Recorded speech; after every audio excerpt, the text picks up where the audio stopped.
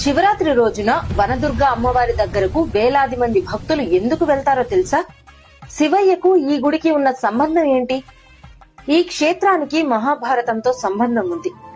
పరీక్షిత్ మహారాజు ఒక ఋషిని అవమానించగా పాము కాటుకే మరణించుగాక అనే శాపం పొందాడు.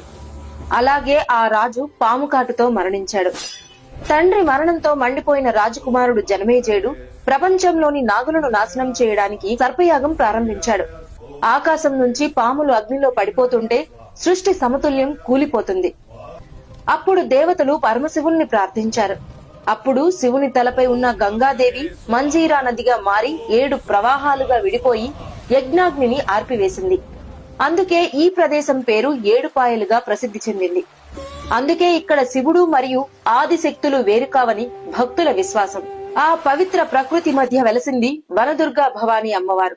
ఇక్కడ ఆ 7 ప్రవాహాలు అమ్మవారి పాదాలను తాకుతూ ప్రవహిస్తాయి. ఈ క్షేత్ర దర్శనం పాప విమోచనం, దైవానుభవం అని భక్తులు నమ్ముతారు. అమ్మవారిని దర్శిస్తే శివుని కృప కూడా లభిస్తుందని, శివశక్తులు ఒక్కటేనని భక్తుల విశ్వాసం. అందుకే శివరాత్రి రాత్రి ఇక్కడ జాగరణలు, దీపారాధనలు, ప్రత్యేక పూజలు ఎంతో భక్తి శ్రద్ధలతో జరుగుతాయి.